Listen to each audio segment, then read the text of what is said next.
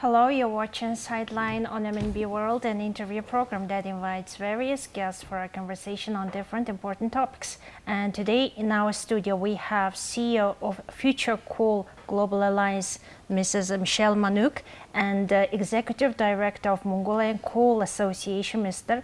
Zoljargal. Hello, how are you doing? Very well, Thank you for accepting our invitation.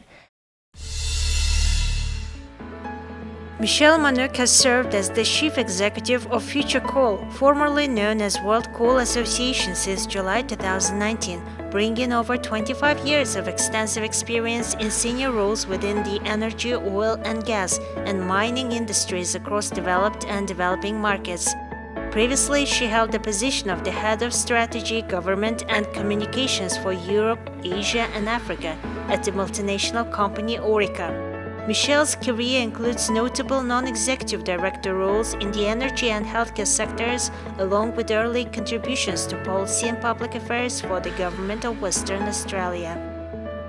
Zoljargal is a professional specializing in project management, fuel and energy technology and green development planning, with a background in petroleum engineering from the St. Petersburg Mining University and master's degree in development engineering from Tokyo University of Technology.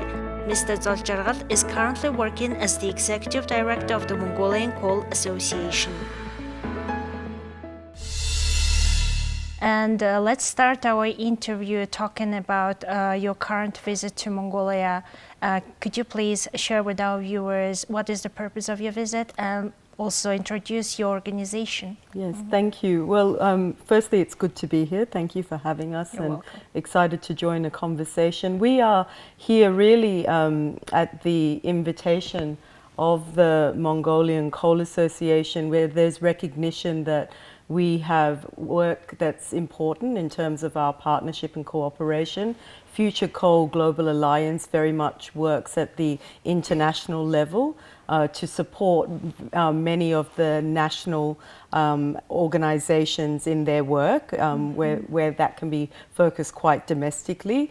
But our job is really to ensure that there is an international platform where coal consuming and producing nations have the opportunity to cooperate, have the opportunity to really ensure that best practice in coal technology and abatement is enhanced across the coal value chain, to ensure that we have a robust and transparent global coal market.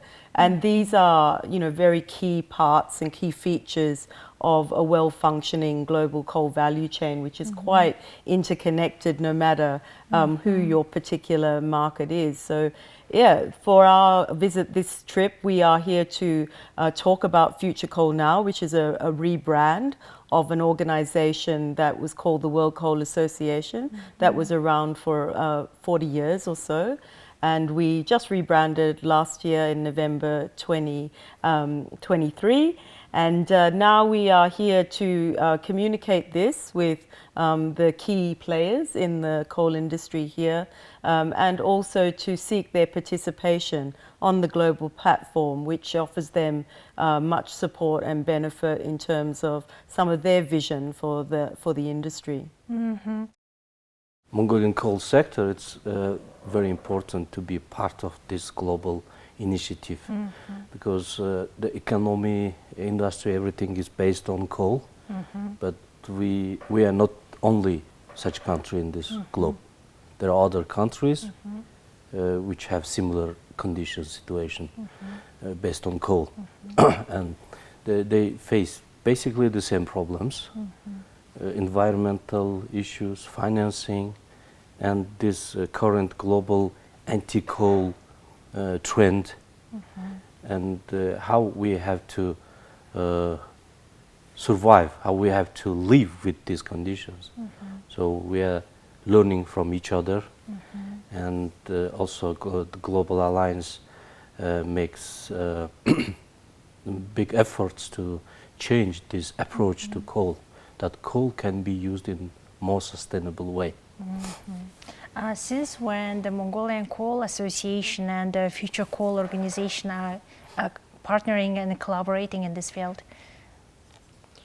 It's Well, 2 years now, yeah, I think. 2 years. 2 years now, and it's and very much it's been an education. We've been very fortunate to have the guidance and the direction, and now it's quite important that we don't just have the association, but that we have the industry players, the key industry players, because this is really where the partnerships and the cooperation exists across the different coal producing and consuming regions.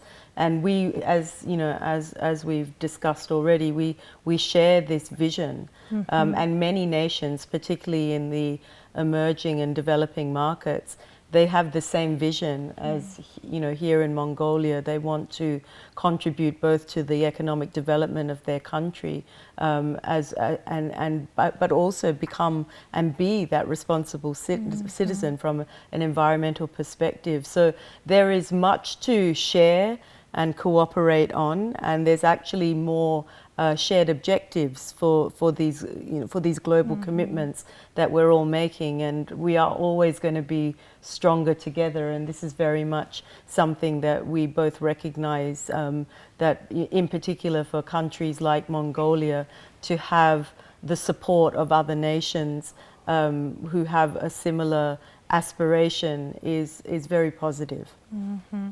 We have just talked about like global commitments, and there's a global international commitment to reduce the carbon dioxide emission by 2030 by 45%. And is it possible now, as a person who works in the coal industry sector, how do you see this goal? Is it achievable? Well, the International Panel on Climate Change made it very, very clear that if we were to actually reach any of these goals, we really had to embrace, you know, CCS and CCUS. But also the cost of reaching these goals is quite, you know, quite immense. And I think we are behind, there is no doubt. But one of the major issues for the funding and the financing of abatement solutions is they tend to actually disadvantage coal and bias coal. And this has not been positive, because many countries who choose coal as part of their energy mix and who signed up as signatories to the Paris Agreement under their nationally determined contributions, they actually put forward for abated coal solutions. And what we've found over the years is that the financing and investment sectors, and even certain policies across certain multinational government type bodies, have actually disadvantaged and negated any opportunity for those sorts of solutions to be funded. So we've really not supported the coal industry to really find those solutions and move forward by restricting access to the financing, and also by not really allowing them to fully participate. Let me say also that, you know, as an industry, we can also do better. And part of the work of FutureCoal is to really make sure that we are collaborating as a global coal value chain, to make sure that we are putting our best foot forward and being very clear and very credible in our aspiration to modernize our coal value chain and make sure that it is an abated coal value chain. And the abatement possibilities are not just CCS. There are many opportunities for the upstream and at the combustion level and across other aspects of coal-allied industries to actually find ways to be more efficient, to deal with waste management, to deal with emissions controls. All of these processes and technologies actually exist today. So it's quite important that we educate on this. You have just mentioned the CCS technology. Can you talk more about that?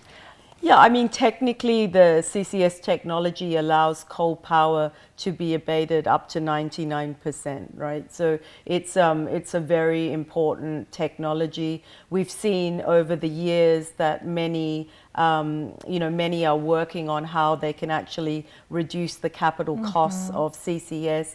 It is still for many trying to work out, well, what is the incentivization to capture carbon, which is why utilization of utilization of the CO2 is so important, whether that's, maybe to actually support a greenhouse of plants or soda stream or, enhanced oil recovery.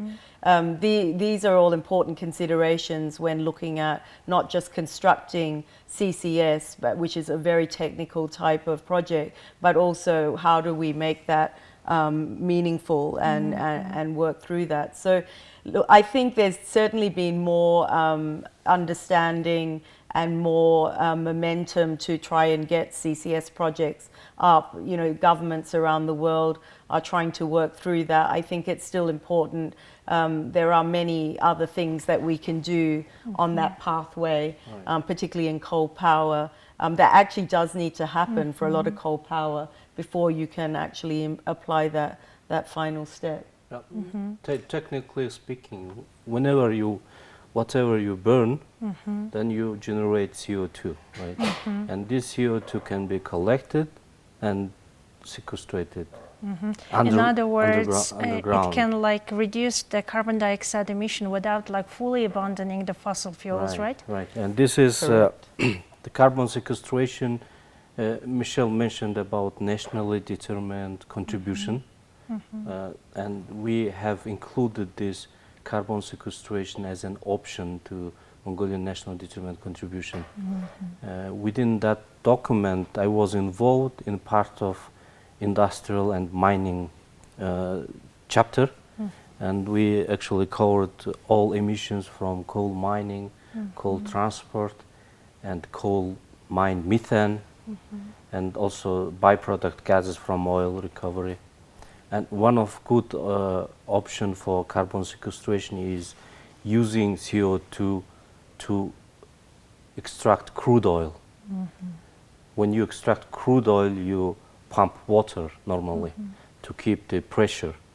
And then when you pump their CO2, then you reduce carbon footprint of in industry and increase oil production, which is economically good and environmentally also good, especially for Mongolia, where water is the precious stuff. Continuing our interview, talking about the coal market, how would you assess current status of coal market in Mongolia? Fortunately, we are located next to China.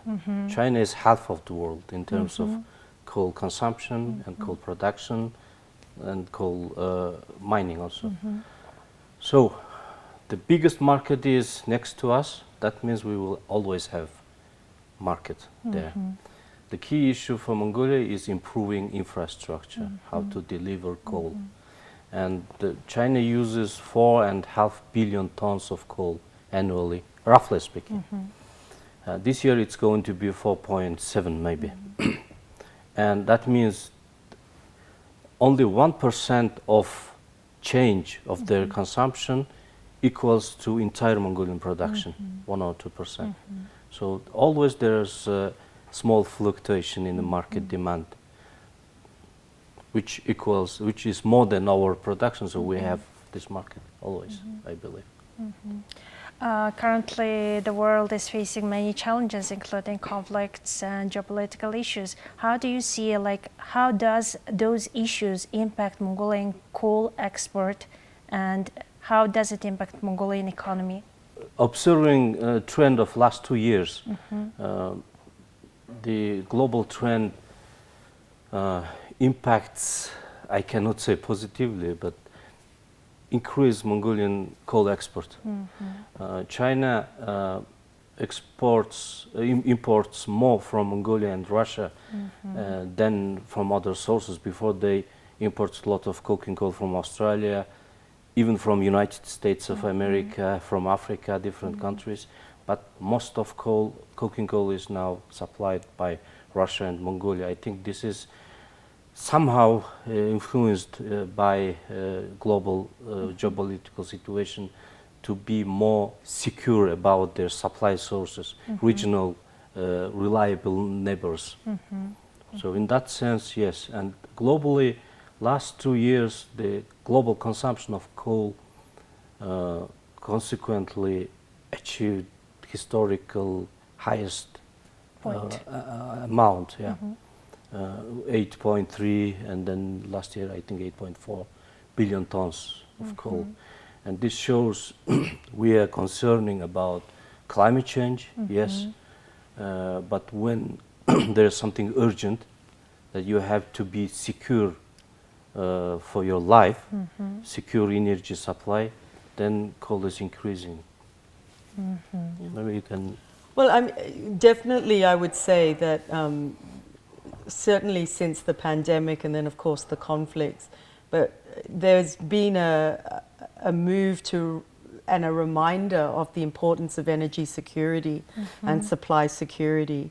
And I think that was quite critical. And you know, I've heard it. I've been in Beijing this last week and here amongst, you know, talking to some of your key players here, and you know, everyone, you know, has made the comment that people realized how important coal was as soon as they, you know, their reliable power wasn't, or an affordable power wasn't there, or they didn't have the access to, you know, to their energy source. And I think, you know, the pandemic and the conflicts have really put a very bright light on that idea that we can't dismiss the importance of energy security and supply security, and certainly for coal importers, you know, those nations that import a lot of their coal, supply security became quite important, and making sure that they could have more direct relationships, or even looking at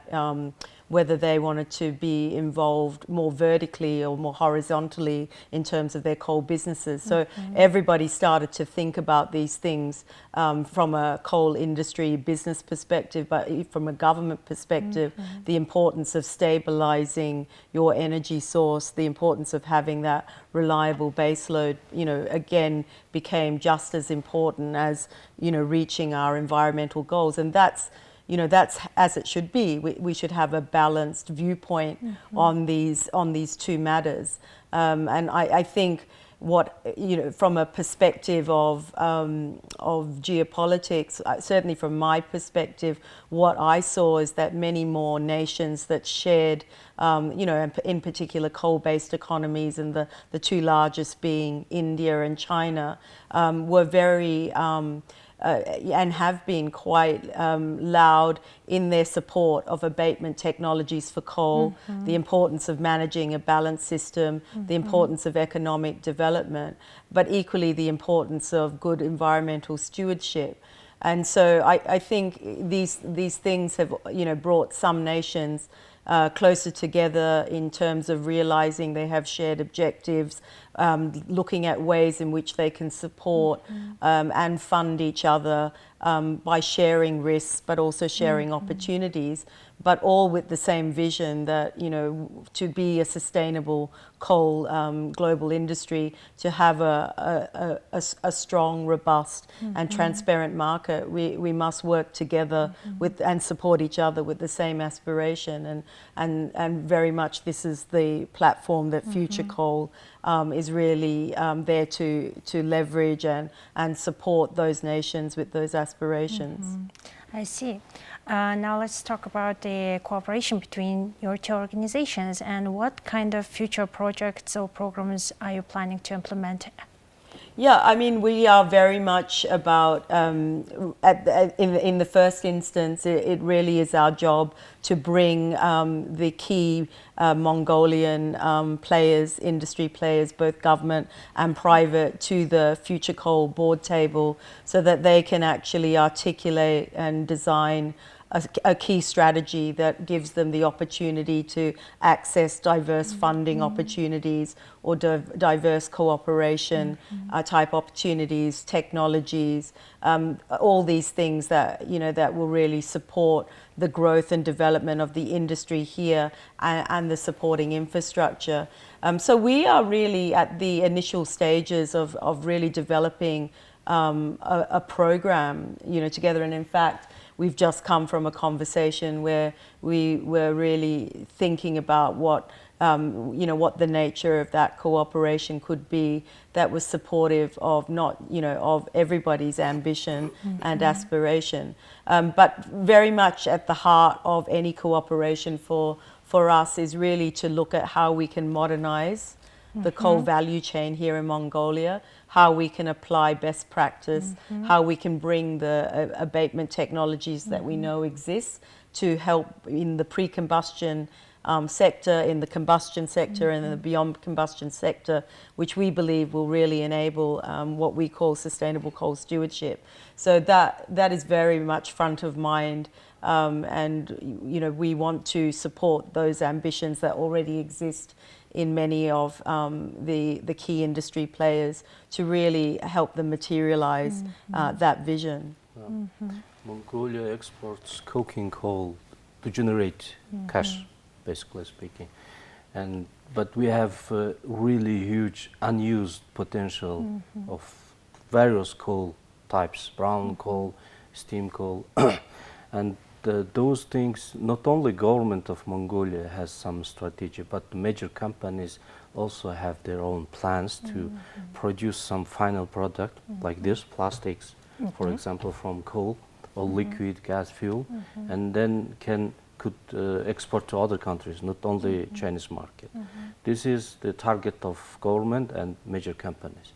And when you try to do this, you face several problems. One is financing, because the global approach that coal is bad. And secondly, the knowledge, technology, right?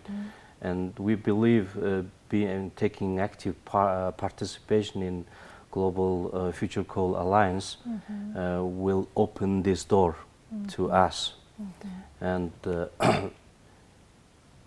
real fact is there are huge, small and big nations that technically cannot reject coal. They has to use it because the huge industry, everything is based on that. And when the global approach rejects coal financing, then that makes use of coal in conventional way, in traditional way, without improving technology. So when you have no choice, but you need to use, then if you use coal in sustainable way, then there will be financing. In that sense, we will be a step forward to the global target to reduce the emissions. And we think this global initiative will make good contribution to that, to this change. And that's why Mongolian companies are interested to be part of it. Well, thank you very much for accepting our interview invitation and taking part in our program. Thank you. Thank you. Well, that was the new episode of our program Sideline. We'll see you next time with more stories and updates. Have a nice day.